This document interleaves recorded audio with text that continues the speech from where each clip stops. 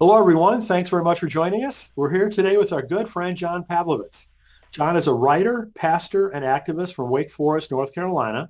A 25-year veteran in the trenches of local church ministry, John is committed to equality, diversity, and justice both inside and outside faith communities.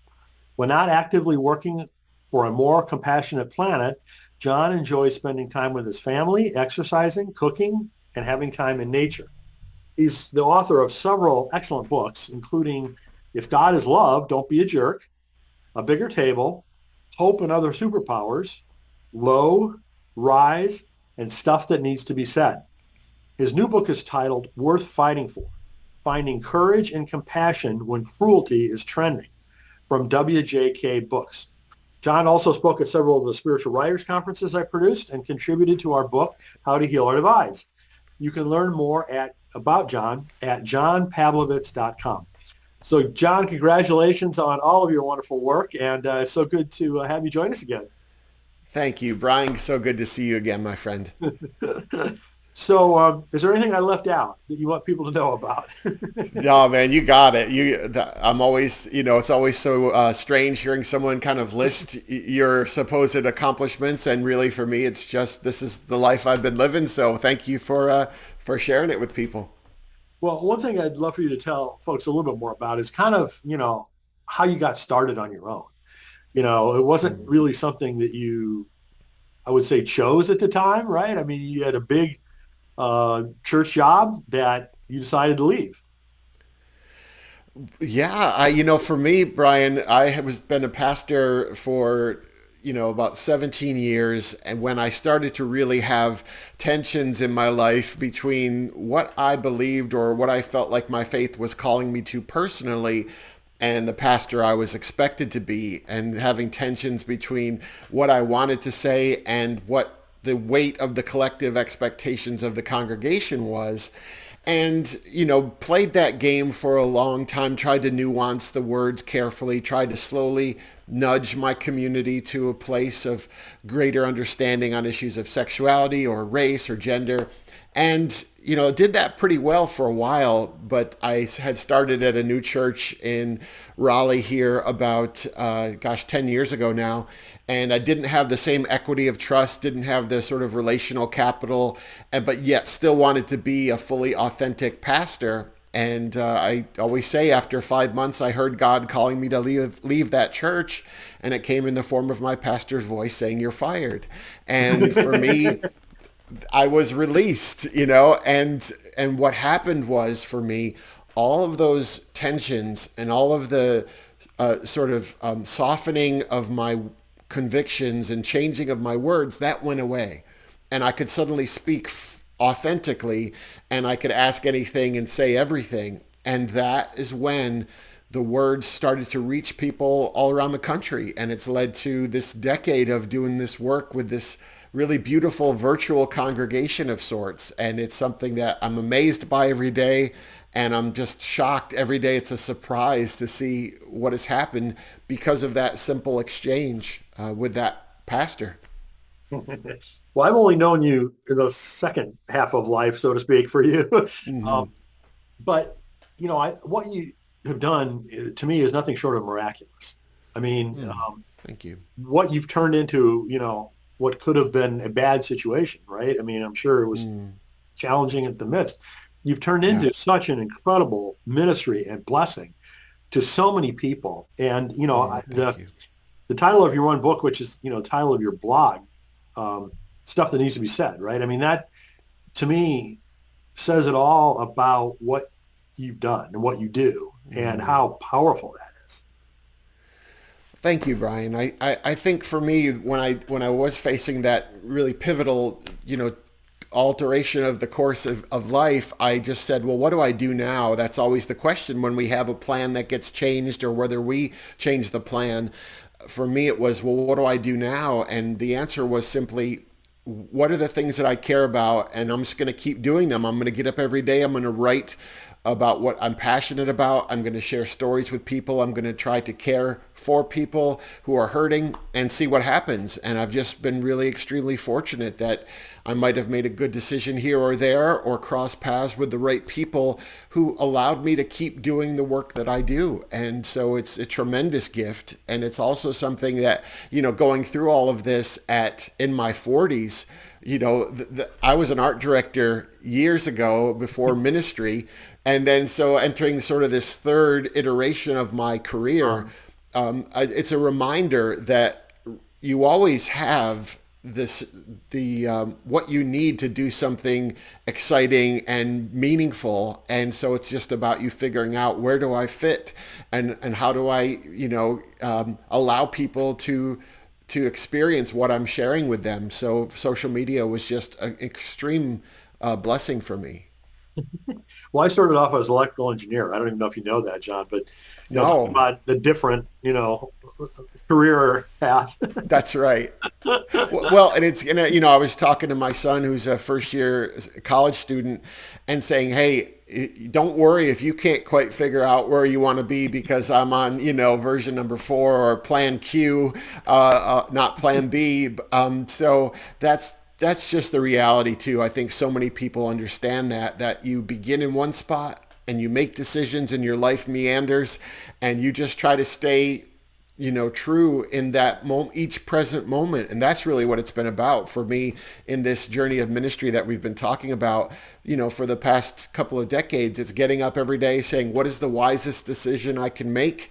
And I make it, and then I course correct when I need to. And that just, leads you to where you are. And all of those experiences have come to bear on the writing, things that I never thought I was preparing for, but here it's been an asset to me. One of my favorite Buechner quotes is, watch your feet, because where they take you is who you are. Mm, I love that. That's so true. That's what you're And saying.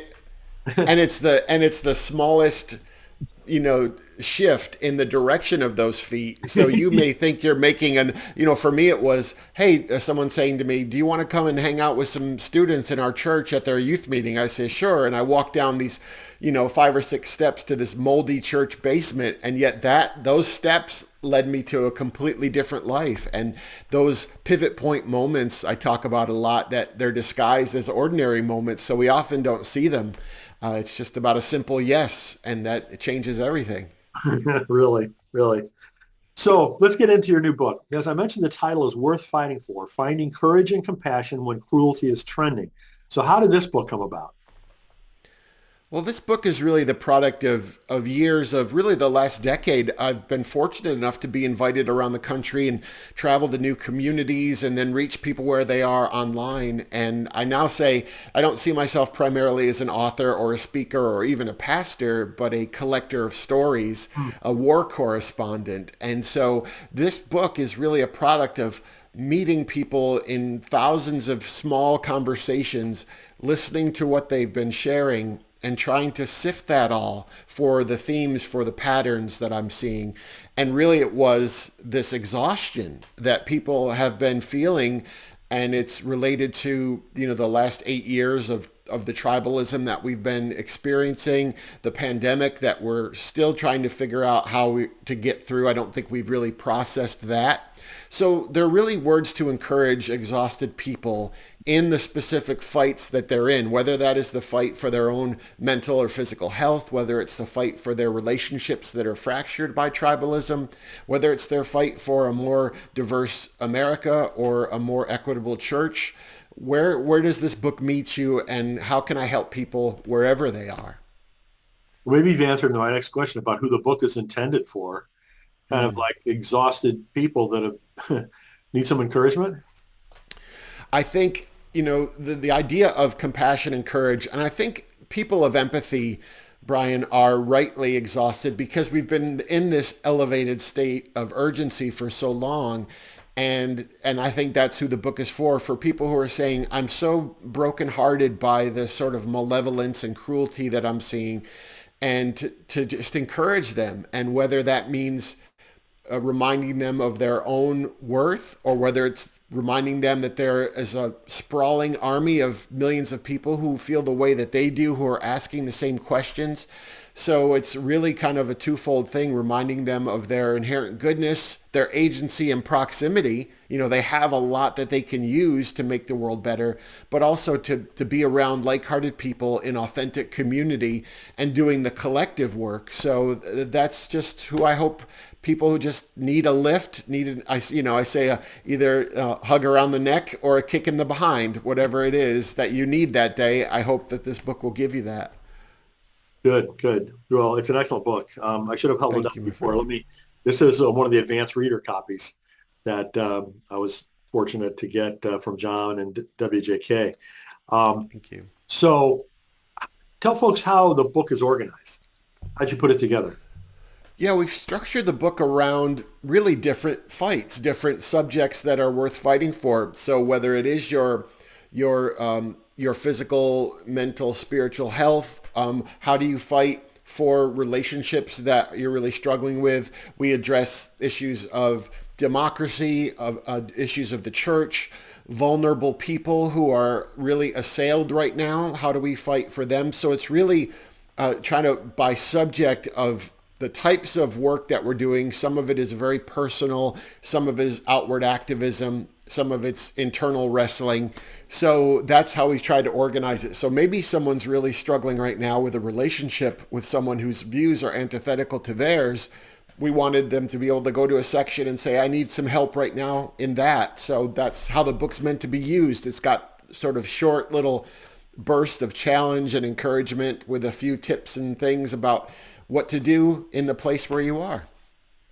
Well, the bad news is you've got plenty of things to choose from in terms of issues for people to deal with. That's right. But it's good that you've covered the waterfront like that, I think. It's very, very helpful. Yeah, because, go ahead.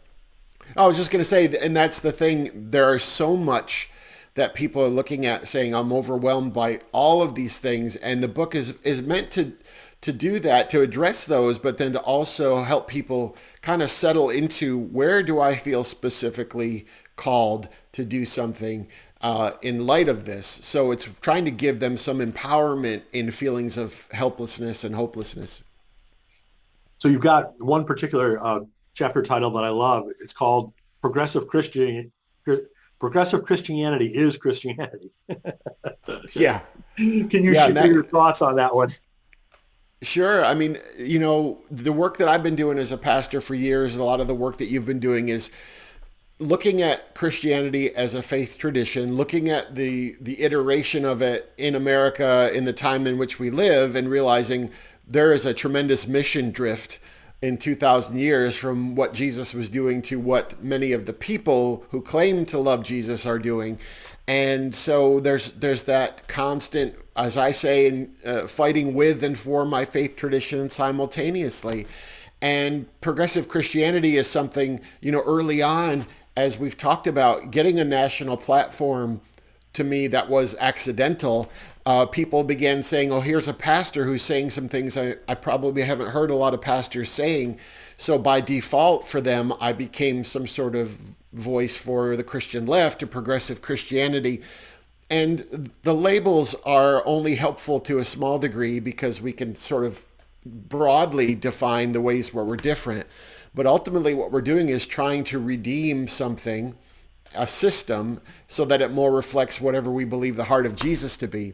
And so that's right now, I don't see myself as maybe a caretaker of progressive Christianity. I'm simply a flawed and failing human being who comes from a Christian tradition, trying to work out all of the things that I see and just share those in real time. And the people for which those words resonate, they can join me. But progressive Christianity should be an oxymoron, or it should be a given, I guess I should say. We're always progressing if we have an authentic faith, and it should always be stretched. We should always have a conflict between what we believe now and the person we were a couple days ago, a couple years ago, decades ago. So that's the kind of funny thing about those labels. Isn't it amazing, how things have changed in terms of community? And how, you've, as you said, formed a community that's probably global in nature. I mean, probably predominantly national, Yeah. but that's not the way the world used to work, right? I mean, you only had like local community churches, and That's right. you had broadcast TV and radio and things like that, but they were one way, and you know, only three channels back in the Yeah, that's day, right. right? And so forming any kind of broad-based, geographically dispersed community was impossible. Whereas Yeah. now, I mean, it's kind of like you've shown how powerful it can be. Well, and that's the thing, Brian.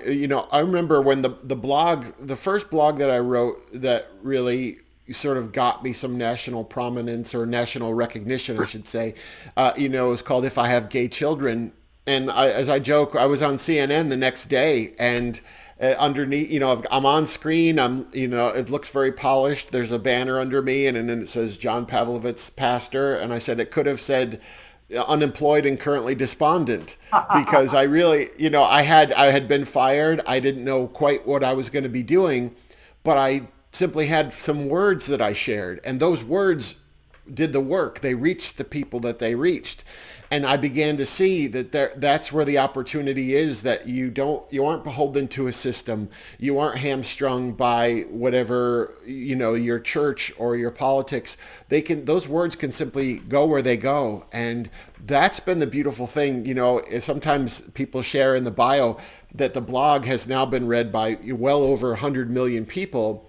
And I always say that's not about how great I am as a writer. It's about how many people are out there asking the questions that I'm asking, leaning into the burdens that I'm talking about. And that's where the encouragement is for people like you and me. And I want people to understand that it doesn't represent anything about me, but it represents that they are among like-hearted people everywhere, because often the news can so skew everything and we can grow so disheartened. And the truth is there are just so many people out there who are really trying to make the world better. Well, as you know, I've done a lot of work with authors, and I always encourage them to think about it. It's not about you, Mm, right? It's how you can serve people, that's right? right. That's what really this is all about, this community building, and you've done that, right? I mean, that Mm. the reactions to your words show that, which I think is just really admirable. Well, what I love about it, Brian, is that we can create the kind of communities that I think churches for years have said, oh, we would love to create a diverse community, but yet there are some things inherent that make that difficult. And so we had a book launch party here in Raleigh last night, and you get you know, this room full of people who would never be gathered under any other circumstances, but somehow the thread of the writing became a hub for them. So they don't know everyone's politics or theology. They just know there's enough about what they have in common that they want to, be together. And that's the beautiful thing. When you're writing, if it's authentic, it becomes a hub around which people gather. And then that thing becomes bigger than anything you've done. You're just Absolutely. setting the table. You're just setting the table. You're being the host. So that's why I'm honored by that. um, in many cases with books, I'm impressed by the analysis or the history or, or explaining something, the why it is the way it is.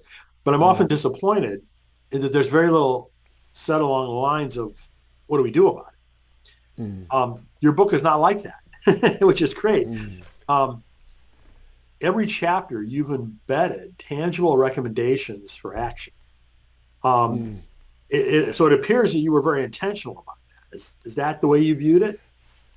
It is, and because it's different. There's so many things that we see every day, Brian, that break our hearts and that we want to, as writers, address. And it can be difficult for people to just absorb all the diagnosis of the problems and never get any sort of treatment plan, if you will.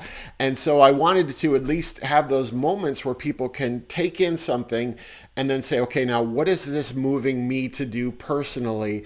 And give me a few tangible questions, give me something simple to think about, and then let me do the work. And so people are often asking, if I go to do a talk, they'll say, okay, we know all these things are happening. What do we do? And I always say, well, something.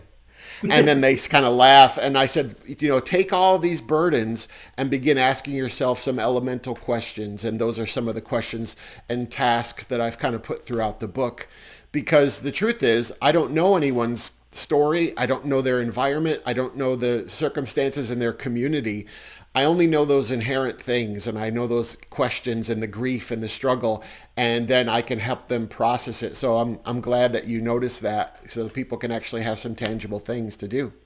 Well, I mean, most of us can't solve world hunger by ourselves, right? Or confront Yeah, the entire waterfront of issues. So, you know, if people just pick one, right? that's And right. work hard about the one thing that they're really passionate about, that they want to see change around. Mm. That is more powerful, and that's the only way it's going to get done. Because if all of us try to do everything, nothing will ever happen. Yeah, that's huge, Brian, because I was just talking to someone this morning, Frank Schaefer, who I think you Oh know yeah, probably sure. well. But that, there are places in the book where, I'm inventorying the vast kind of things that we're grieving and worrying about. And so that can be overwhelming, but I always encourage people to lean into one or two of those. As you said, what are the things that really keep me up at night, and let those then say, how can I answer that longing or that need in my community? Where is a place I can go within 15, 20, 25 minutes of my home to actually help people who are, immigrants who are being mistreated, or LGBTQ teenagers, or, how can I fight for, sensible gun control? And there's always a place that you can do that. So again, the agency and proximity, I'm always somewhere and I can always do something. And then it's about me doing a little bit of work to figure out what that looks like. Amen. Amen. So I'd like to read one excerpt from the book. Sure. God isn't going to ensure that our schools are safe for LGBT children. Love isn't going to make assault weapons less available on our streets. Jesus isn't going to secure our elections to prevent dictator wannabes from taking power, et cetera, et cetera. It goes on and on. Today, instead of looking to the sky and waiting for a pastor or a politician of some invisible force to come in and dramatically beat back the darkness, you wield the brilliant light in your possession. Maybe you're the hero you've been waiting for. Maybe you're the answer to your urgent prayers. Maybe hope isn't in the sky. Maybe it's in the mirror. I just love that. That was Well, really well thank you, man. written. I appreciate that, and really that is the point. We can even fall into platitudes of, love wins, or, God is in control, or whatever we fall into, and they're born out of genuine belief in goodness of people, or the arc of the moral universe, bending toward justice. But for me, it is about saying, well, I have this place and time in the history of the planet. I'm here. And I have a responsibility to do something so that those who inherit whatever we leave get something worth inheriting. And so that there is always that. So whether it's faith that propels us, or our moral convictions, or or just simply our beliefs about mankind, what do we do to make sure that everyone is seen and heard and loved? And we always have ways to do that. hmm hmm Yeah. So, as we mentioned before, your blog, indicates that you're not afraid to say what needs to be said, Mhm. but you catch a lot of flack for that. How do you typically respond? Depends on the hour of the day, but I think generally I've tried to realize that the only thing I can control are my motives. So when I'm going to write something or say something, what am I intending to say? How can I say that as clearly and as eloquently as I can to make sure that whatever my heart is reflected in those words?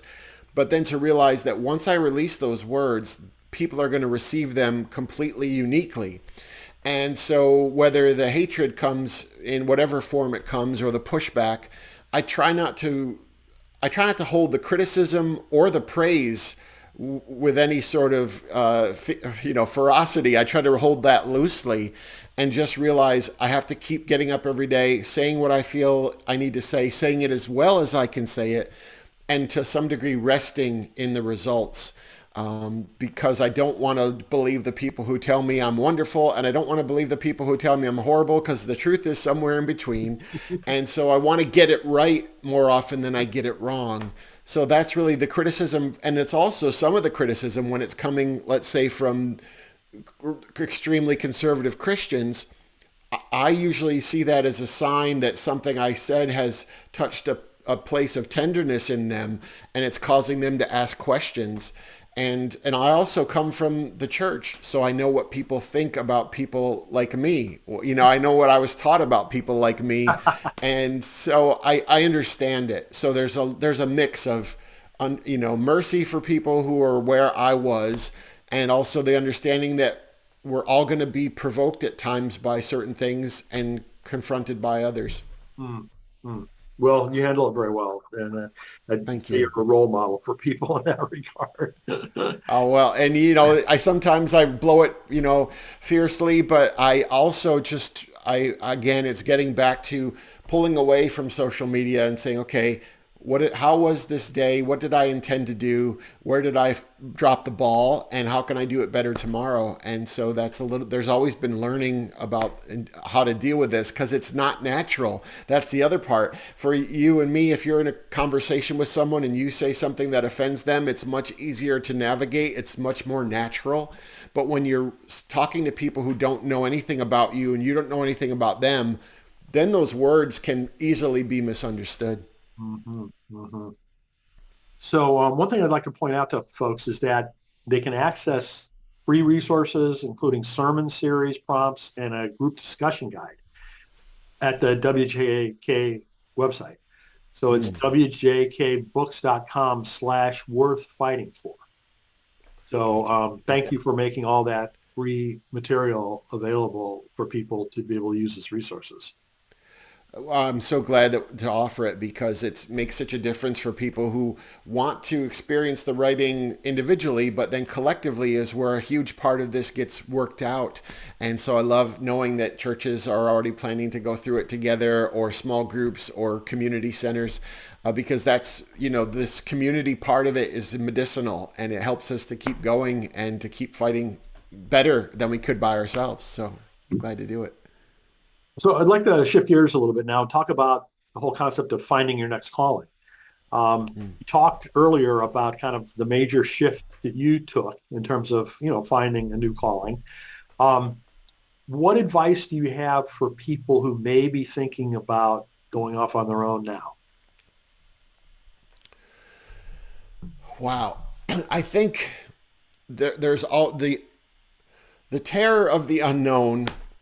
It can make you freeze.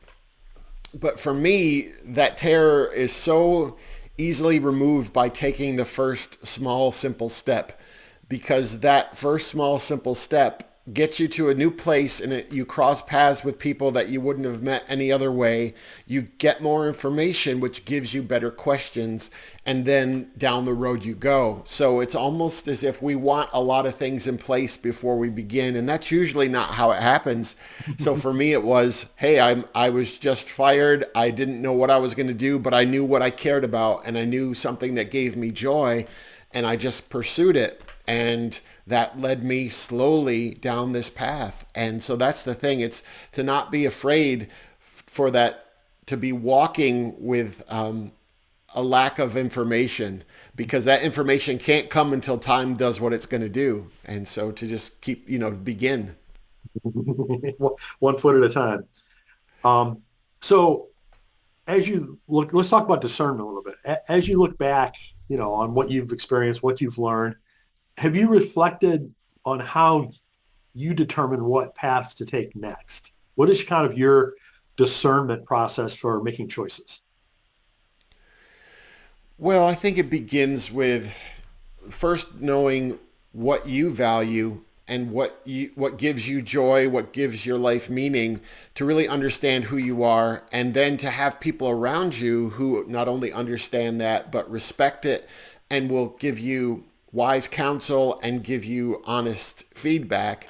And that's really I've been fortunate to have a wife and a group of friends who really try to understand what I see happening and try to be sort of co-conspirators in that dream. And that's really been the process, is getting up every day and making sure that I'm leaning on people who I trust. And, it doesn't mean you're going to make every right decision, but it means you're going to have people with you to sort of help you along the way. Because there's a myth, you could see someone like myself up there and it's johnpavlovitz.com and it's my face up there. But it's really never about a single human being. It's about a community of people. And I happen to be sort of in the front of that. But, living life alongside people, that's just the natural way community happens. So I'm a product of that. I never do any of this really by myself. I'm really glad to hear you say that because I feel the same way. I know some people can use meditation or other kinds of things for their discernment processes, but for me, it's been interacting with other people, learning Yeah. from other people's perspectives, particularly, a group of people whose judgment I really trust. And so I'm Yeah. glad you feel that same way.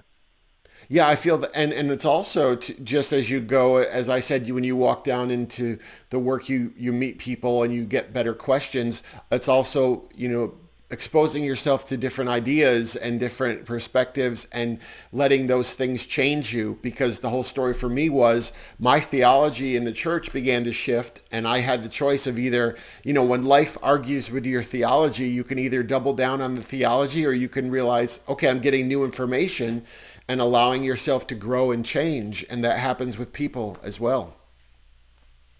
So I realize you just launched a new book, as of today, as we're recording this, it's the launch day. But Yeah. can you talk anything about the future? Whether it's books or whether it's other projects, where are you headed? Well, Portugal, if things go poorly here in a few months. No, I think, right now I'm leaning into, Brian, a couple of things. I'm actually exploring the idea of a children's book because that's been my history. I was a children's book illustrator and editorial illustrator. So I wanted to marry art and writing, and I haven't been able to do that yet. And I'm also really leaning into this idea of grief that I touch on in the book, but I'm going much deeper in, just the decade that we've gone through and the universal grieving and how we process that is really important to me right now, because I think that's one of the fear, grief, and loneliness are these forces that are always kind of hitting all of us, regardless of our politics or theology. So those are the places I'm kind of wanting to speak into, those inherently human things. Hmm, very cool. Well, we'll look forward to that, and we'll have another Thank you. conversation when Sounds the next new great. book is coming out. Excellent. So again, the name of John's new book is Worth Fighting For, Finding Courage and Compassion When Cruelty is Trending. It's out today from WJK Books. John, congratulations on this great book, for all of your incredible work. Please check it out, everyone. Brian, thanks so much for all you do, and really appreciate the time today, my friend.